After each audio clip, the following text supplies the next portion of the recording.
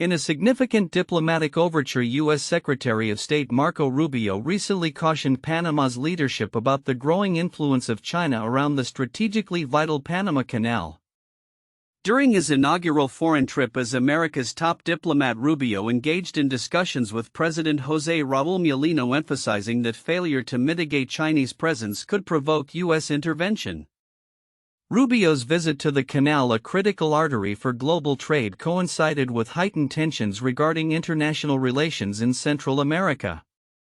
The backdrop of Rubio's remarks reflects ongoing concerns from the Trump administration about foreign influence in the region, particularly from Beijing, which has been accused of leveraging economic ties to gain strategic advantages. In a statement following their meeting, President Mulino downplayed any threats posed by the U.S. government, asserting that Rubio did not present an overt ultimatum concerning the canal's management. There is no question that the canal is operated by Panama and will continue to be so, Mulino stated, reinforcing his government's stance against relinquishing control. The Panamanian leader also dismissed the notion that the U.S. might resort to military action, despite Trump's remarks suggesting a possible reclamation of the canal. The U.S. State Department's summary of the talks, however, indicated a more aggressive posture. It noted that Rubio conveyed President Trump's belief that Chinese control over the canal area violates a treaty established when the U.S. handed over the waterway to Panama in 1999. This treaty mandates the canal's neutrality.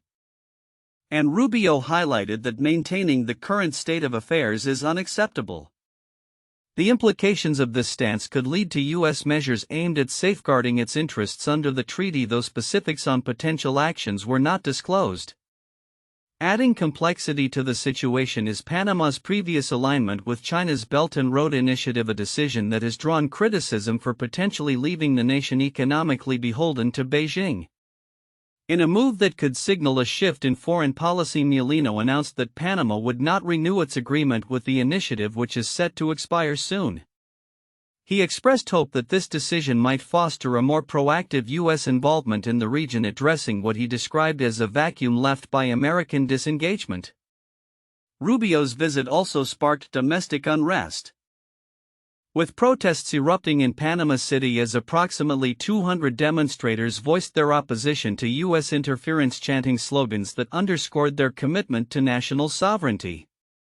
The protests reflect a broader sentiment within Panama regarding foreign influence, particularly from the United States, which has a fraught historical relationship with the nation dating back to the canal's construction and U.S. control. As Rubio tours Central America, including stops in El Salvador, Costa Rica, Guatemala, and the Dominican Republic, he is also tasked with addressing the pressing issue of illegal immigration, a theme that has characterized the Trump administration's approach to regional diplomacy.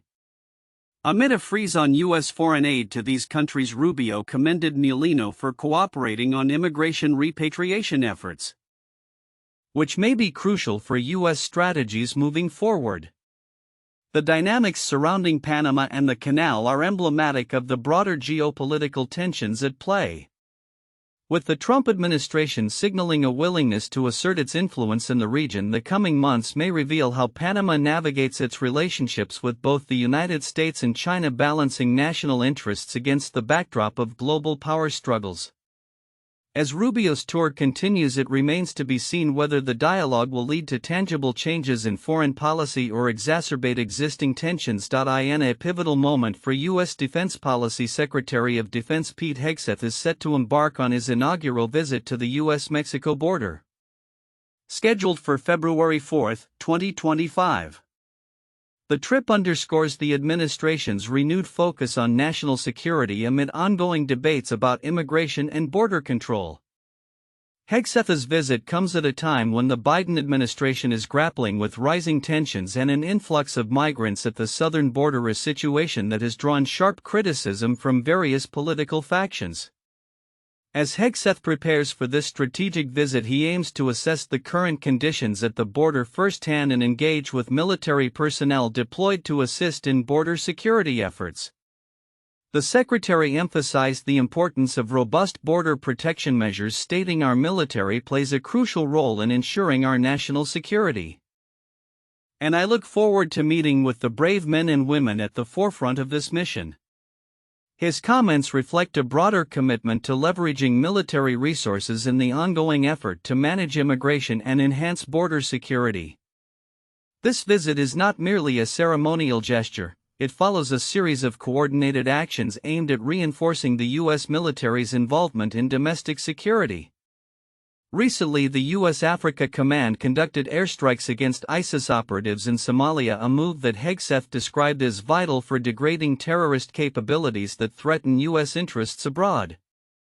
This action sends a clear signal that the United States always stands ready to find and eliminate terrorists who threaten us and our allies. Hegseth noted in a separate statement regarding the strikes. The dual focus on international counterterrorism efforts and domestic border security illustrates a comprehensive approach to national defense under the current administration. Hegseth's agenda also includes addressing the challenges posed by the current immigration crisis, which has seen a surge in arrivals at the southern border. Analysts suggest that his visit could signal a shift in strategy, possibly advocating for a more militarized approach to border security. While some politicians and advocacy groups have raised concerns about the potential militarization of immigration enforcement, Hegseth's supporters argue that a strong military presence is essential for deterring illegal crossings and managing the complex dynamics of border security. As the Secretary navigates these pressing issues, he faces significant obstacles, particularly in balancing military involvement with civil liberties and humanitarian considerations. The political landscape remains fraught, with ongoing debates about the role of the military in domestic affairs and the implications for U.S. foreign policy. Looking forward, Hegseth's visit could set the tone for future military and policy initiatives related to border security and counterterrorism.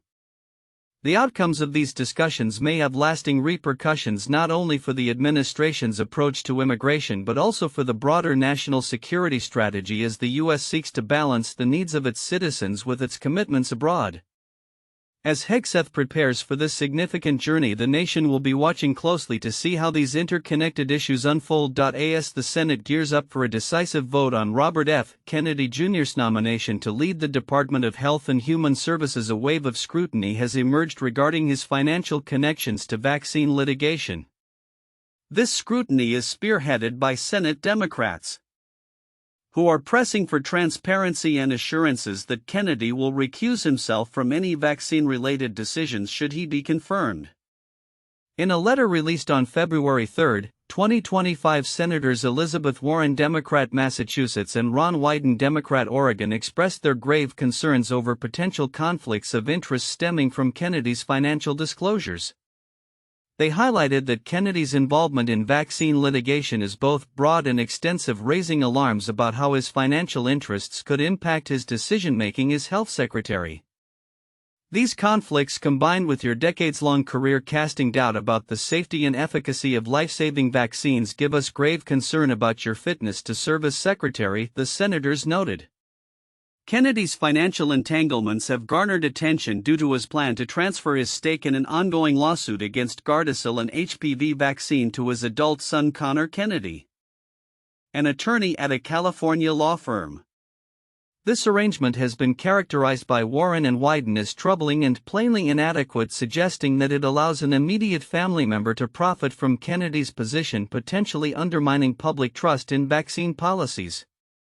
The stakes are particularly high as the Senate Finance Committee, chaired by Senator Bill Cassidy, Republican, Louisiana, prepares to vote on Kennedy's nomination.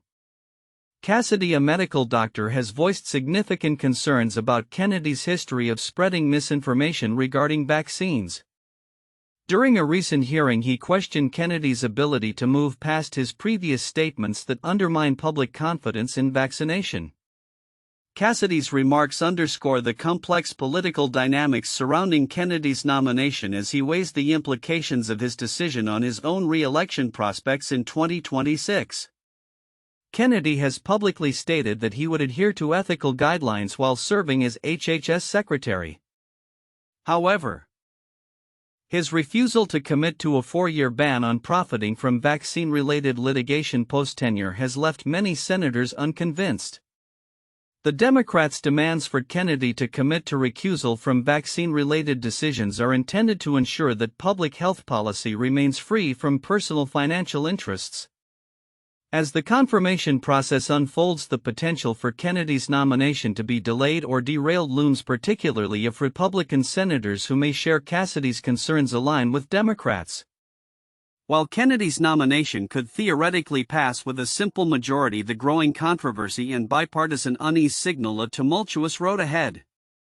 Looking to the future, the confirmation vote scheduled for Tuesday promises to be a pivotal moment.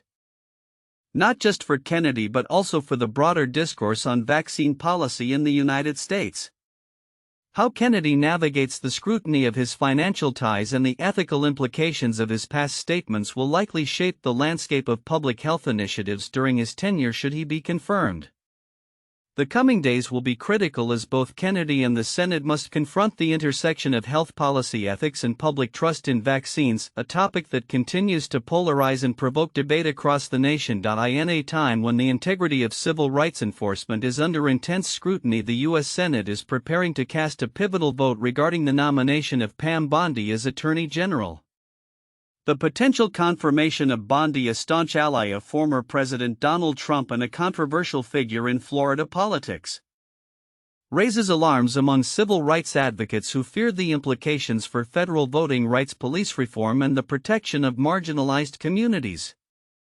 Maya Wiley, president and CEO of the Leadership Conference on Civil and Human Rights, expressed her vehement opposition to Bondi's nomination, warning that her confirmation could have dire consequences for civil rights enforcement.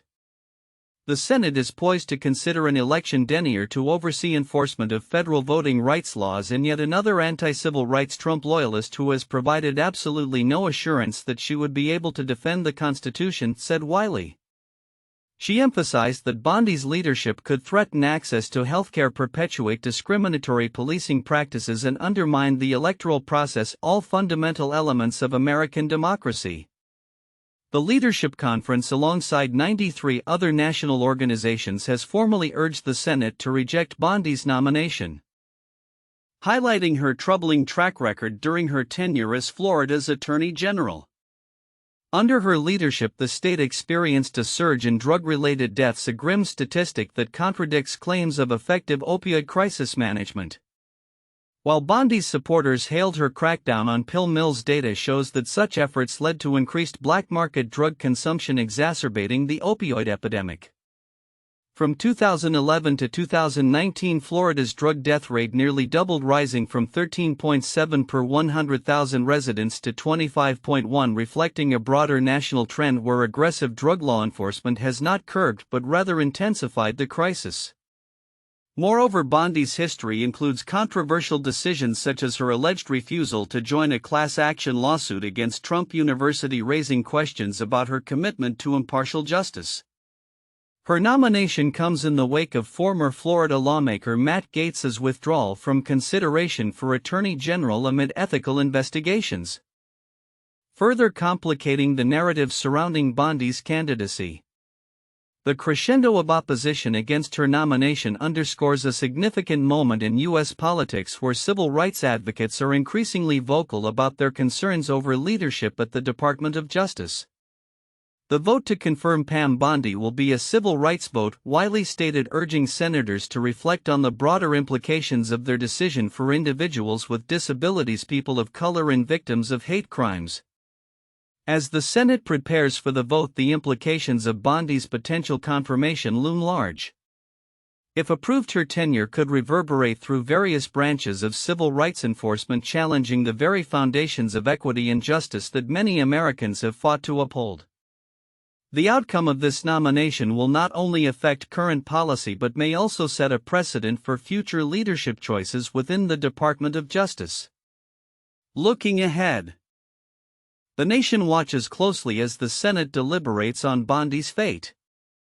The decision holds the power to shape the trajectory of civil rights in America, and advocates are calling for a commitment to justice that prioritizes the rights of all citizens over partisan loyalty. The future of civil rights enforcement in the United States hangs in the balance, and the implications of this vote will resonate well beyond the halls of Congress. In a significant shift in the U.S. economic landscape, President-elect Donald Trump has appointed hedge fund mogul Scott Bessent as the new Treasury Secretary, effectively concluding a fierce competition for one of the most critical positions in the government. Bessent, founder of Key Square Group and a former chief investment officer for George Soros, is known for his strong support of Trump's pro-tariff policies and his advocacy for the America First agenda. Trump announced Bessent's nomination on Truth Social, emphasizing his extensive experience as a global investor and strategist. Scott is widely respected as one of the world's foremost international investors and geopolitical and economic strategists, Trump stated, underscoring Bessent's potential to drive economic growth in the U.S. As Trump prepares to take office, he expressed confidence that Bessent would help usher in a new golden age for the country while maintaining the U.S. dollar as the world's reserve currency. The appointment marks the end of a tumultuous selection process that saw various Wall Street heavyweights vying for the coveted Treasury role. Reports indicated that Bessent received the official nod during a meeting with Trump at Mar-a-Lago, following discussions with other contenders such as Kevin Warsh and Mark Rowan, who were also considered for the position. According to sources close to the situation, Bessent's deep understanding of macroeconomics and strong loyalty to Trump ultimately set him apart from the competition. Bessent's commitment to Trump's economic vision was further highlighted in his past writings, where he criticized the previous administration's fiscal policies. In a Wall Street Journal op-ed, he accused the Biden administration of reckless spending and argued that Trump's next term should focus on deregulation and tax reform to stimulate supply-side growth. He pointed out the need to address the national debt, which has ballooned to an alarming $35 trillion. However, Bessent's arrival at the Treasury comes amid mounting scrutiny and political challenges. Just days into his tenure, he faced a letter from Senator Elizabeth Warren, who raised concerns over the new Department of Government Efficiency's access to the federal payments system, which could potentially allow Elon Musk's team to influence government spending. Warren expressed alarm over the implications of granting such access to outsiders, emphasizing the risks associated with meddling in systems that manage trillions of dollars in transactions vital to American citizens. In a related development, Bessent is poised to take the helm of U.S. debt sales, succeeding Janet Yellen, whose strategies he previously criticized. His decisions regarding Treasury bond sales will be closely watched, particularly in light of the uncertainty surrounding fiscal deficits and inflation due to anticipated tax cuts and tariff hikes. Bond dealers are divided over Bessent's approach, sensing he may alter the previously established guidance on long-term debt issuance, which could have significant ramifications for the market. As Bessent steps into this pivotal role, the implications of his policies will likely reverberate across various sectors of the economy. The upcoming adjustments to Treasury issuance strategies alongside Trump's ambitious economic plans signal a potentially transformative period for U.S. fiscal policy. With tensions surrounding international trade and domestic economic challenges looming, the effectiveness of Bessent's leadership will be critical in navigating the complexities of the current financial landscape. In conclusion, Scott Bessent's appointment as Treasury Secretary sets the stage for a new chapter in U.S. economic policy under the Trump administration. His expertise and alignment with Trump's vision could reshape fiscal strategies, but the scrutiny from lawmakers and the market's response will determine the success of his initiatives. As the administration embarks on its ambitious agenda, all eyes will be on Bessent to deliver on the promise of revitalizing the American economy while managing the challenges that lie ahead. In a week marked by intense scrutiny and fierce debates, the Senate confirmation hearings for key nominees in the Trump administration have revealed significant undercurrents in U.S. politics and policy that could shape the nation's future. From the contentious nomination of Robert F. Kennedy Jr. as Secretary of Health and Human Services to Howard Lutnick's bid for Secretary of Commerce, these hearings have shed light on the complexities of political maneuvering and the challenges posed by international competition. Robert F. Kennedy Jr., a controversial figure due to his views on vaccines and public health, faced an uphill battle in his confirmation process. The scrutiny intensified when his cousin Caroline Kennedy publicly criticized him, branding him a predator and suggesting that his pursuit of a cabinet position was a desperate bid for power. Addicted to attention and power, she stated, highlighting the rift within the renowned Kennedy family. This personal attack underscores the often cutthroat nature of political nominations where familial ties can be severed in the name of public service. Meanwhile, Lutnick's hearing was characterized by a focus on intellectual property issues, particularly concerning the threats posed by China. As a nominee with extensive experience in patent litigation, holding over 400 U.S. patents and 800 worldwide, he expressed a strong commitment to reforming the U.S. Patent and Trademark Office (USPTO) and addressing the growing backlog of patent applications, which currently stands at approximately 826,736. Senator Marsha Blackburn, Republican, Tennessee, emphasized the urgency of this issue, noting the frustration among innovators in her state who are hindered by lengthy wait times for patent approvals. During the hearing, Lutnick asserted, "The backlog is unacceptable and my pursuit will be the rigorous reduction of that to get it down," although he did not specify concrete strategies for achieving this goal. He also addressed concerns over China's lead in critical technologies, stating, "They don't give us protection in China and they come in and use our patent office against us." His commitment to cracking down on intellectual property violations resonates with the growing bipartisan consensus on the need for a stronger stance against Chinese encroachments in technology and innovation. The hearings have also highlighted broader themes of hypocrisy and political expediency in Washington. Critics have pointed out the contradictions in Lutnick's past advocacy for U.S. manufacturing while he has ties to promoting manufacturing in Mexico. Such contradictions are not new, they echo historical instances where nominees have faced backlash for their previous actions that conflict with their proposed roles. Another significant moment occurred when RFK Jr. responded to questions regarding the use of Marchand rights under the Bayh-Dole Act to lower drug prices. His refusal to endorse the use of these rights has drawn criticism, particularly from progressive lawmakers who argue that such measures are essential for making medications affordable. This disagreement reflects the ongoing tension between innovation and accessibility in the pharmaceutical industry, a topic that is likely to remain contentious in future debates. As the Senate prepares for a full committee executive session to vote on Lutnick's confirmation on February 5, the outcomes of these hearings will undoubtedly have lasting implications. The interplay of personal dynamics, political strategy, and national security considerations presents a complex landscape for the incoming administration. The confirmation process is far from over, and as these nominees navigate their respective challenges, the potential for significant policy shifts in healthcare and intellectual property remains on the horizon. The coming months will be critical in determining how effectively the Trump administration can position itself against not only domestic political adversities but also the formidable global challenges posed by countries like China.